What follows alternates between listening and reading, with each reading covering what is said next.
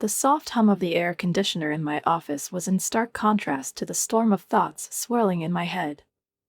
It glided through the air, absorbing the silence, but could not overshadow the storm that broke out in my soul. I was sitting at the table, my hands gliding restlessly over the surface, leaning back in my chair, as if trying to find at least some kind of foothold in this chaos. My gaze clung to the serene details of the interior, the strict lines of the furniture, the ashen hue of the walls, the soft light of the lamp. This was my world, a world where I seemed to have finally found peace. Here, in this space, I could control everything, even my thoughts, but today something upset that balance. Suddenly, my thoughts were interrupted by the ringing sound of the phone. My whole inner world, hidden behind the walls of tranquility, was torn apart. An unfamiliar number appeared on the display. It was no longer an ordinary random call, like those that sometimes come, and I did not dare to answer. There was something sinister here, something familiar and painful, as if this number held the key to long-forgotten events. I felt a chill run down my spine, but with a hesitant hand I answered anyway. My voice sounded smooth, like a mixture of professionalism and caution. "Anna, it's me," said a familiar but alien voice. He was like an unexpected shadow returning from the past. I froze for a moment, as if all the memories of him came flooding back at once, blurring the real feelings. My father. The same man whose voice was once a source of comfort and protection. I haven't heard from him for a long time. For more than 10 years, this voice has not awakened either security or love in my soul. Only pain, betrayal, and misunderstanding. My heart sank, but I didn't let myself flinch. The one who was once my stronghold has now become a symbol of destruction. Why is he calling me? What for? All these years, I felt like I was wiping him out of my life, but at that moment, his presence disrupted my world again. "Why are you calling me?" I asked. My words cut through the silence, which hung in the air for a moment like a heavy burden. I didn't let myself lose control, but there was a sharpness in my voice, echoes of a long-gone resentment. He was so unexpectedly here, like a ghost from the past, and I couldn't believe that I would be at his mercy again. The same voice, now uncertain and full of nervousness, replied, "I'm in financial trouble. I need your help." The words were weak, as if sincere, but for me they were like sparks that lit a fire inside. Why is he talking to me? Why now? For how many years I tried to forget, and now he tied me to him again, as before, as if he couldn't go anywhere, even if I was pulling away all the time. My father. His request was full of humility, but no matter how hard I tried to figure out her true motives, I couldn't forget the pain he caused me and my mother. Devoid of any pride, he expected me to be his salvation, but was I still ready to be his hope, his savior, when he himself became the cause of all my suffering?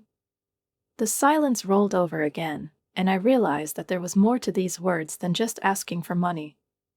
He probably did not understand that for me it was not just a duty, but a whole burden that I had borne all these years. My response was not quick. I tried not to give in to emotions, keeping them at a distance, but deep down I knew that something was wrong with this call. My attitude towards him had changed a long time ago, and I was no longer the defenseless girl who could believe his promises. "You know I can't help you," I replied, and my voice was unexpectedly cool. He probably didn't believe that I could answer that way. He didn't know that I had learned to be strong a long time ago. But at that moment, I felt everything inside me shrink from an old grudge. He still didn't realize that I wasn't who I once was. His breathing sounded through the tube like a slow heartbeat. He wanted to say something, but I interrupted him. "Why are you calling me at all? Why not to those who are nearby?" There was no fear, no doubt, just a cold clarity. There was no answer, only a prolonged silence, as if I had torn him out of this world, and he was completely deprived of what he could once have given. My mother is a beacon of joy and kindness that filled our days with warmth and our nights with stories and dreams.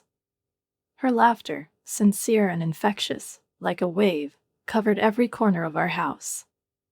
Mom was not just a mother, she was the soul of our world, a source of light that never faded.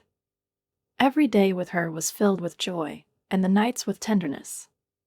My father and I, as if in blissful unity, created a world where there was no place for pain or shadow. I believed in this world, I grew up in it, and it seemed eternal to me. We lived in a cocoon of happiness, where every morning we met with new promises, and every night brought sweet dreams full of magical stories. But life, as often happens, does not forgive illusions. And that serenity, which was once so undeniable, disappeared in a moment. My mother left, leaving my father and me in an empty, cold silence. Death came suddenly, and we, like many, did not have time to realize that this was the end. Mom, who once filled our house with light, has become just an echo going into the dark corners of memory. Her laughter disappeared, and a dull silence took its place. It seemed to me that the world around me had shrunk and ceased to exist, and I, like a small ship in a stormy sea, was left alone on this vast ocean of grief and loss. I remember walking through the rooms, the cropped corners and the smells she left behind. The house didn't have the warmth that used to keep us warm, and every day seemed more and more dreary. In the months after her death, everything changed. My father has changed. He became closed, his face no longer shone with smiles, and his eyes lost that sincere brightness that once always filled them. I felt the space between us increase, as if he was behind glass and I couldn't reach him. He lost the ability to be the same person who was once there, and every day seemed to distance me from the one with whom I once shared everything. We were both lost in this timeless space that death left behind. But then, a few months later, when everything seemed like a long gray fog, he brought Marissa home. A woman who was supposed to be a part of our lives, but at that moment, it seemed to me, she became an alien part of my new reality. I remember how he introduced her, as if it were a simple event that did not require questions or doubts. But something much more complicated happened in my soul. I felt like the whole world was collapsing. It wasn't just about her, about Marissa, but about everything I once knew and loved. It was the end of my childhood, that carefree life in which there was no place for fear or loneliness. I didn't know how to react, how to perceive the woman who seemed to have come to take my mother's place. "Anna, this is Marissa. She's going to stay with us," my father said one evening, and his voice lacked the warmth I was so used to. It was not the voice that had once caressed and comforted me. He was empty, tired, and I felt everything inside me begin to shrink from pain and misunderstanding. I stood on the threshold of the kitchen, watching this moment. My father and Marissa were sitting at the table, talking about something I couldn't even think about. There were no jokes, no memories, no special warmth in their conversations, which had always surrounded our family before. There was no love in their voices, just dry phrases, as if they were playing a role in some new story that had nothing to do with what had happened before. I couldn't find a place for myself. Every movement, every look seemed unnatural, as if the world around me was gradually losing its shape and becoming alien. Marissa was a woman with bright eyes and stern features. I didn't notice any sincerity or kindness in her gaze, but only a cold determination. She was a new link in our world, but I couldn't figure out why she was here. I didn't want to accept her into our lives. I didn't want to share with her a place that was once just mine and my parents'. My mom left a void that no one could fill, and now this man was standing in front of me, trying to squeeze into a space where before there was only love and safety. I couldn't forgive my father. I couldn't understand how he replaced my mother so easily, as if everything that had happened could just be forgotten. That evening I decided to leave. I knew that I needed to sort out my feelings, but at that moment it was hard for me to stay at home. I felt my soul resisting the changes, as something inside me screamed against this new reality. I left the house, and the cold evening fell on me like a sentence. My clothes disappeared, and it became one of those small but painful moments that sink deep into my memory. It all started with the fact that one day I discovered that my once favorite dress, the one in which I felt like a little princess, was now discolored, as if it had lost its brightness and life. I was standing in front of the mirror, holding this piece of cloth that was once part of my world. He smelled of something long forgotten, as if from another reality. I asked Marissa what happened to him, holding back the rising lump of resentment inside. She looked at me as if she didn't understand the essence of my question, and shrugged her shoulders as if it was the most natural thing in the world. Maybe she thought the dress had just gone to the wash, or maybe it was time to get rid of the children's clothes. But for me, it was more than just the loss of a piece of cloth.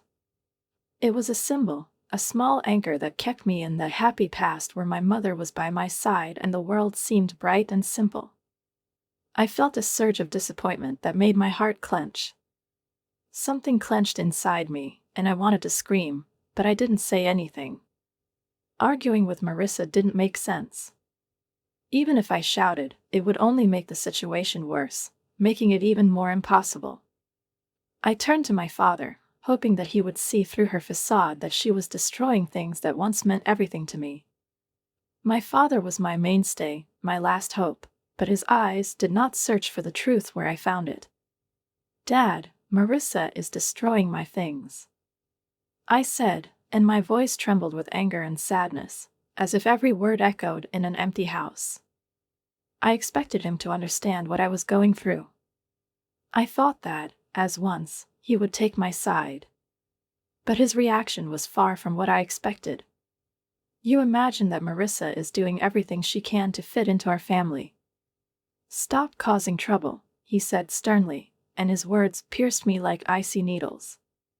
I tried to object, but what could I say? He had already taken his side, and my words didn't matter. I felt his coldness chopping off everything I was trying to build. His words hurt deeply, but I couldn't find the strength to protest. I was silent, holding the pain inside me. "But Dad, it's true."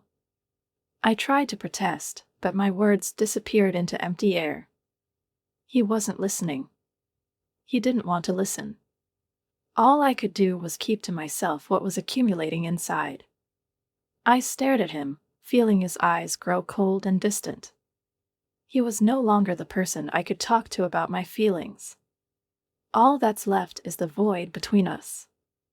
Marissa had been with us for several months, but every day with her presence became more and more difficult for me.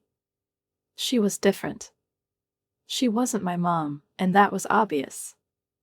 I tried to find something good in her, but her every look, her every word seemed alien to me, and her presence seemed to destroy everything that remained of my old world. Once upon a time, my father was the person to whom I could come to find solace, to get support. But now he was with her, and all my hopes that he would protect me were gone like smoke. He was too preoccupied with his feelings for her to see that I was losing what had once been my world. The world was becoming more and more unfamiliar and alien every day. I felt lost, as if immersed in a vast, misty void where there was no way out and no light. My father, who had once been there, was now standing on the other side, and all I could do was watch him walk away from me, step by step. "Is everything okay at home?" Grandma asked, her voice filled with concern. I froze in place, feeling her words penetrate my heart like thin needles. I looked at her, and at that moment I wanted to reveal the whole truth, to tell her about what was happening at home, about how Marissa made me feel like an alien in my own world. But the fear for my grandmother, the desire to protect her from this hard truth, held me back. I couldn't let her know how I was suffering, how everything around me was falling apart. My love for her was immense, and I didn't want her calm old eyes to see the pain I was living with. "Yes, Grandma, it's all right," I said with an effort, trying to hide the gap that gaped inside me. I was lying. She lied, as I always lie, to prevent her state of mind from sinking into dark waters. I smiled, but it was a strange smile, like a mask I'd imposed on myself. Grandma looked at me doubtfully. Her eyes couldn't help but notice my uncertainty, but she didn't say anything. She just nodded and looked away, as if I'd calmed her down after all. My soul sighed heavily. I felt a twinge of guilt, as if I was committing a crime by hiding the truth from her. But what else could I do? How can I tell a person who has taken care of me for so many years that there is not just peace and grace in our house, but a war where I have become a hostage to my own emotions? I felt again how hard it was to breathe, how this weight lay on my chest. Was I really ready to hide this storm all my life, not sharing my grief with anyone? The room is quiet, and I'm back to my normal self. But Marissa was looking out the window, past me. I saw her expression, and there was something strange about it. Something predatory and satisfied, as if she enjoyed the fact that I was feeling pain, as if she enjoyed keeping me in this tension. I knew she saw something weak in me, and it teased her, reinforcing her power over me. She enjoyed her power, that desperate control she had established, as if I were a pawn in her twisted game. Her gaze was cold, and her smile was mocking, like someone who finds pleasure in other people's suffering. I knew she was enjoying every step I took, every move I made, every moment I lost my strength. That look was like a cruel demonstration of her power, and I was just a helpless figure in her field. I tried to resist, but my strength was failing me, and I just watched as she slowly and surely destroyed my life. I couldn't change anything. I retreated to my room, as if to a refuge where I could at least get some privacy from this whole nightmare. But even here, I couldn't shake the feeling that she was controlling me.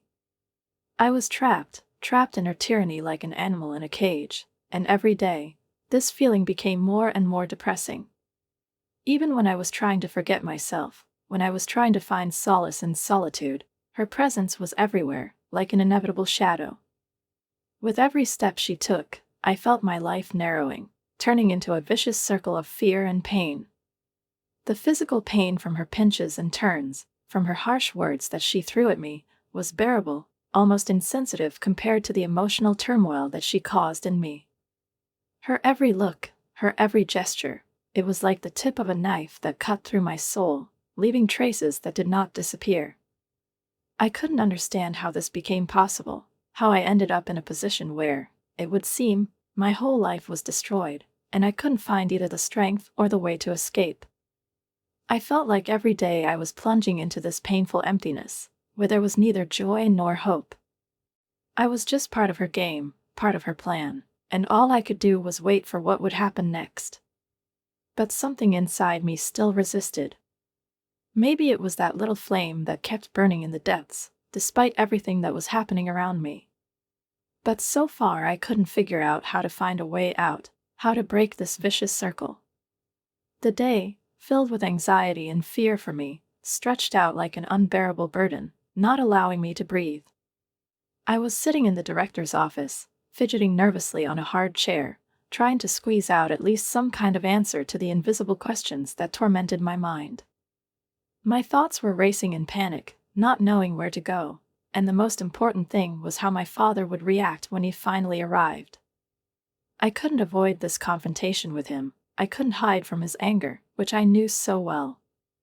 I looked up when the door opened and my father came in. His face was stern, his features were carved as if from stone, and his eyes expressed mixed feelings, irritation and embarrassment. He stood in the doorway like a giant shadow, causing the entire office to disappear in the background of his presence. "Who is this, Anna? Why am I called to your school like that?" His voice was sharp as a knife, and every phrase he uttered with irritation cut into my heart. I felt my hands clench, and a chill pierced my body. I looked at Mrs. Thompson as the last support, as the one who should have understood, but there was not the slightest hint of sympathy in her eyes. Swallowing hard, I tried to find my voice. Every word was difficult for me, as if I was speaking through a barrier of glass, unable to reach the people around me. My father stood motionless, his gaze merciless and judgmental. "Dad, I started, but I couldn't continue." My voice was breaking like a string, losing confidence. I wanted to tell him the truth, but how could I tell him something that would destroy everything that was left? How can I say that it hurts me, that I can no longer hide the bruises on my hands, on my body. Mrs. Thompson noticed my hesitation and, despite the tension in the room, looked at me with an expression full of concern. She couldn't keep quiet anymore. "Mr. Smith," she said firmly but calmly, as if intending to become a wall between us, "I'm worried about Anna's well-being. The bruises on her arm don't seem accidental. We need to do this." Mrs. Thompson's words hung in the air like thunder about to burst. My heart started beating faster. Everything I was trying to hide was now in plain sight. I felt like the world was collapsing around me, and I couldn't do anything to keep it together. My father, who seemed so far away from me, so far from understanding what was happening in our house, turned to me, and his face darkened with anger. His eyes lit up with rage, and I realized that my words no longer mattered to him. "Bruises?" His voice was almost hoarse with indignation. "What are you talking about? You're making up stories again, Anna. These are your inventions, your fantasies. That's what you always said when you didn't like something." I couldn't believe my ears. He didn't want to see the truth. He didn't want to notice what was becoming more and more obvious. His words, as cold and cruel as a knife, came crashing down on me, and I felt my whole life crumbling. "Mr. Smith," Mrs. Thompson intervened again, her voice firm but with genuine concern. "I understand this is hard to accept, but I urge you to pay attention to your daughter's condition. This is not just an accident. Her bruises can't just be the result of clumsiness. We must act, and as soon as possible." My father looked at her with fury, but there was something else in his gaze, something I couldn't quite identify. It was a mixture of fear and anger. Fear for his own reflection in the mirror, for the fact that his house was no longer the way he knew it. At that moment, I realized that it wasn't me he was most afraid of, but something he couldn't control. He turned to me, and his eyes, once so familiar, were now full of cold rejection. "Don't tell me I don't notice, Anna." His voice was hoarse and harsh, like the crackle of fire. "You've always been able to invent. You've always been able to manipulate. You can't fool me." I stood there, unable to answer. I was helpless in this office. I had no right to vote. This whole conversation was about me, but not for me. My father was blind, and his words became the last hammer that finally hammered a nail into the lid of the coffin in which all my hopes rested. One evening, when I was sure that Marissa and my father were busy with their own affairs, I plucked up the courage and decided to call my grandmother. I hadn't heard her voice for a long time, and in all that time I missed her kindness, her calmness, her calming power. My hands were shaking as I dialed her number, and it was like the moment when you realize you can't hide the pain anymore. I expected the voice on the other end of the line to be stern or indifferent, but when her familiar, warm voice rang on the phone, I felt as if the whole world had collapsed on me, and at that moment I was ready to collapse. "Hello," she said, and I closed my eyes, inhaling her familiar warmth, which seemed to penetrate through the distance to me. "Grandma, it's me, Anna," I said, trying to keep my voice steady, but I felt it tremble. I tried to be strong, but tears were already filling my eyes. I couldn't stop myself. "Anna, my dear, how are you?" Her tone was filled with genuine concern, and in those words, which seemed so simple, there was a whole universe of love and warmth for me. I closed my eyes and tears rolled down my cheeks. These tears were not just tears of pain, they were an expression of the fact that I could no longer hide my suffering. I felt how hard it was for me to breathe, how hard it was for me to speak. "Grandma, I need help. Can I come and stay with you for a while?" My words came out like a scream that I had been holding back for so long. There was a moment of silence on the other end of the line, as if Grandma was trying to make sense of my words, to understand what I was saying. "What happened, Anna?" Finally, her voice broke through the silence.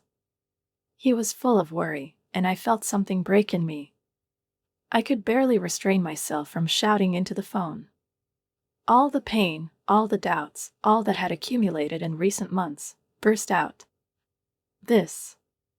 Marissa, she's hurting me, and Dad doesn't want to believe me. He doesn't see it, Grandma. He doesn't understand.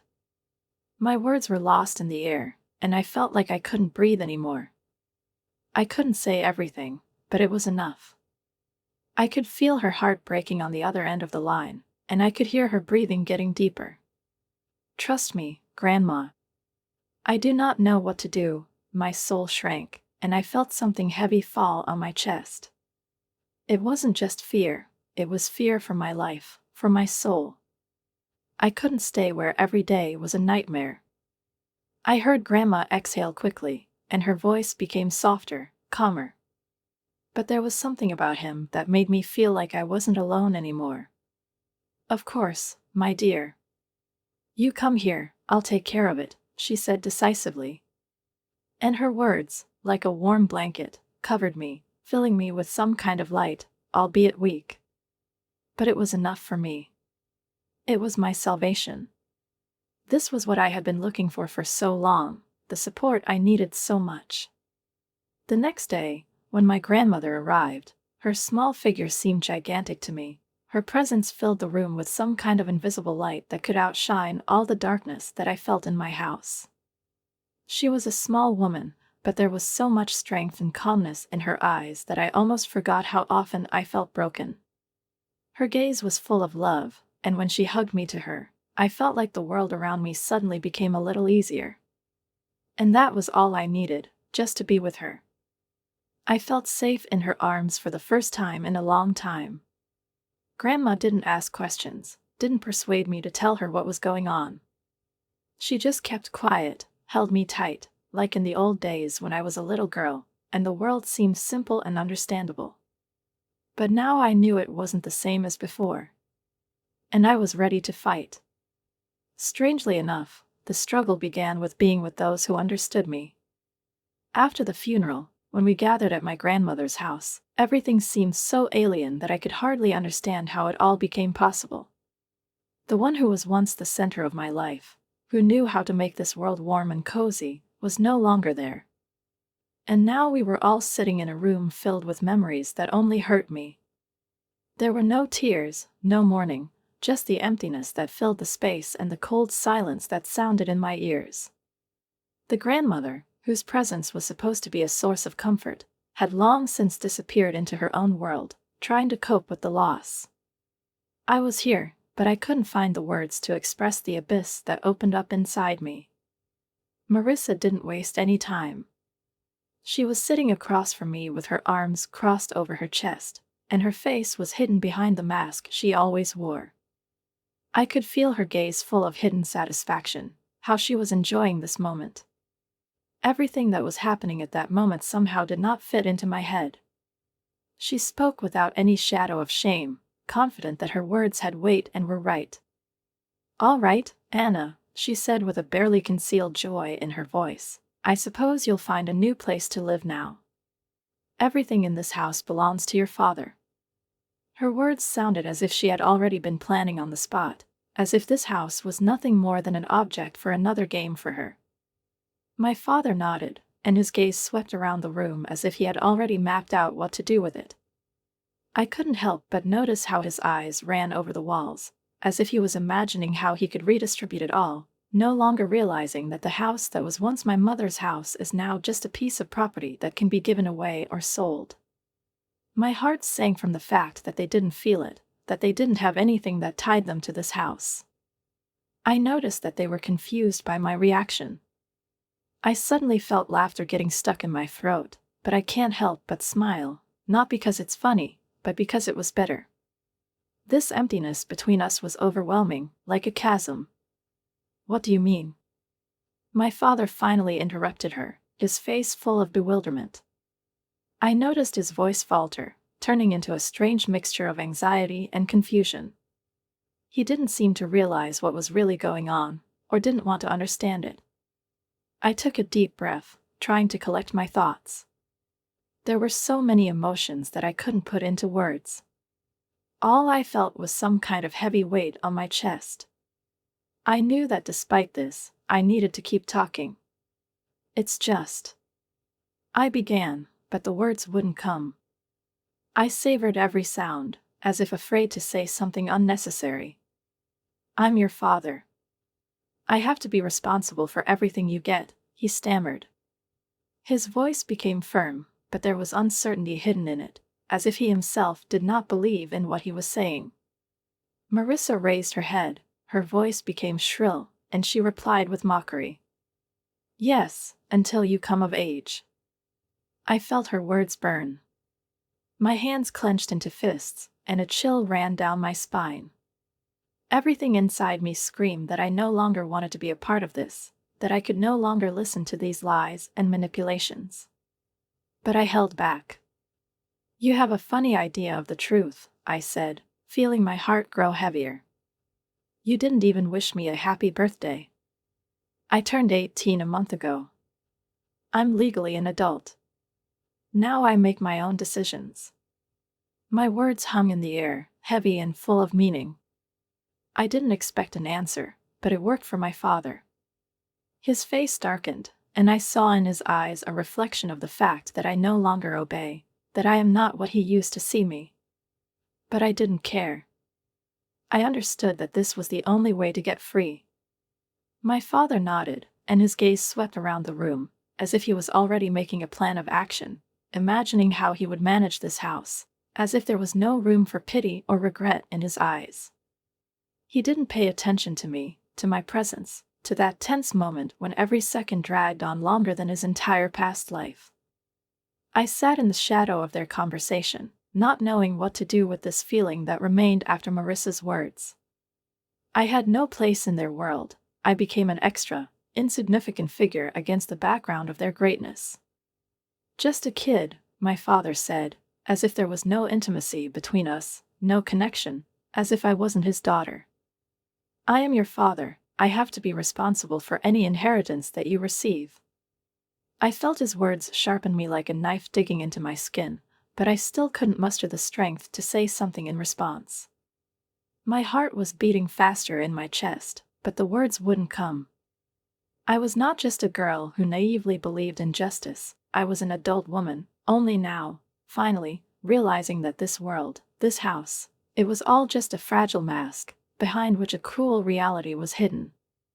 Marissa spoke again, her voice high-pitched, making my nerves tighten like strings. Yes, until you reach adulthood, you can't make decisions. It doesn't matter anyway, she added with a malicious grin, and I felt her words penetrate me, tearing another piece of what was once my home. And then, like a thunderclap, a word rang out that changed everything. You didn't even wish me a happy birthday, I said, and there was nothing but bitterness in his voice. I turned 18 a month ago.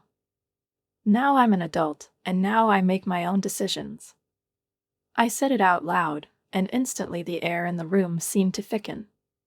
At that moment, I realized that I had never really been an adult in their eyes, that they continued to look at me as the very child who should listen, obey, and be silent. I got up without waiting for an answer and headed for the door, not feeling the floor under my feet. I didn't need anything else. I was ready to leave them all behind, to leave it all behind, the house that was no longer mine, their games, their views, their expectations. I took a step, and my father's voice rang out behind me. You're wrong, Anna. You can't just leave. I froze for a moment. The world was empty outside the door, and I didn't know what would happen next. But I knew one thing, now that I had let go of everything that was holding me back, I needed to find my way. I may have been lonely, but there was a power in that loneliness that I had long forgotten. I stepped out the door. And as soon as the door closed behind me, I felt an inexpressible feeling of freedom, so familiar, so long awaited, envelop me. But there was still a question that haunted me. What would happen if I came back? What if I go back and fight for what's left? I didn't know how to answer that question. But at that moment, I understood that the decision about who I would be and what would happen to my future, I now have to make on my own. And this decision was not as simple as it seemed.